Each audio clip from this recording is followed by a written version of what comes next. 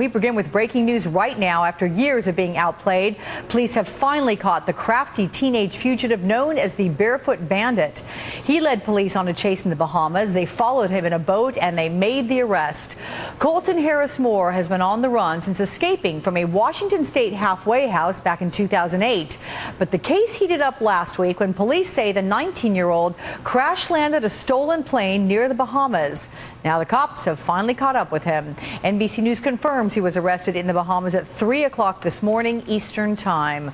Let's bring in Pat Brown, criminal profiler and author of the book The Profiler. And a good morning to you. Good morning, Alex. And a good morning it is. It is a good morning. You like it when you get I'm smiling. And you are, because it's been a tough week. A week ago, he crashed this plane right near the Bahamas. He was arrested in the Bahamas. There is being taken to Nassau right now.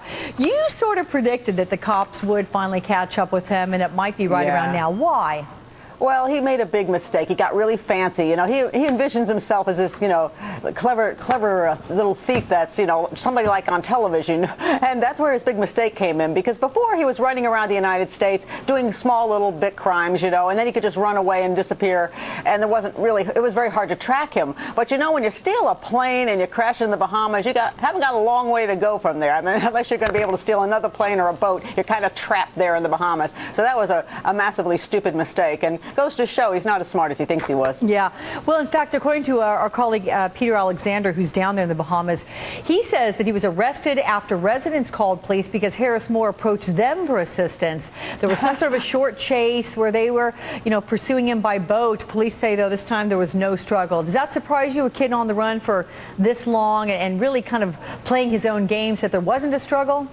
Well, I guess he just doesn't want to die at the end of the day. I think he thinks he's still got a future ahead of him. Maybe he won't get that bad a sentence and he'll get back out again. And after all, he's become a folk hero, so he might want to enjoy that. There's that book deal in the works and sort of possible movie deal. And, Mom is out there all excited because her little boy has brought her fame. So he didn't fall too far from that disease tree, in my opinion. Yeah, we talked about that book, Movies Potential. Apparently his mom is in talks with that.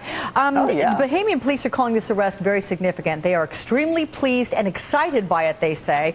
So they're joining you with your ranks, apparently.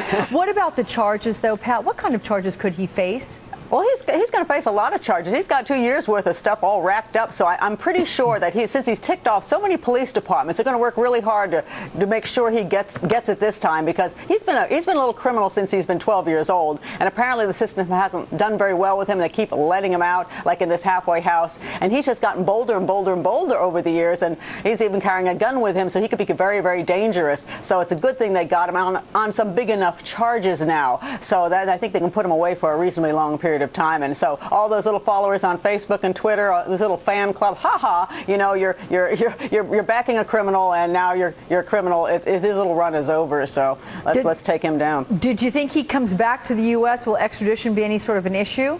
I don't really think it should be with the Bahamas. I know his mom said, I hope they don't have any, and I hope he enjoys the Bahamas. It's like, she's like his own little personal Fagin. No wonder he turned out the way he did. I mean, she really encouraged him in his crime career and seemed to get a real thrill out of it, and doesn't seem to think he's a bad boy at all. She thinks it's kind of fun. Well, it won't be so much fun when he goes to prison and has to stay there a good long time. So, all right. Well, Pat Brown, we'll speak with you again, and thanks so much for kicking off the morning with us. Sure.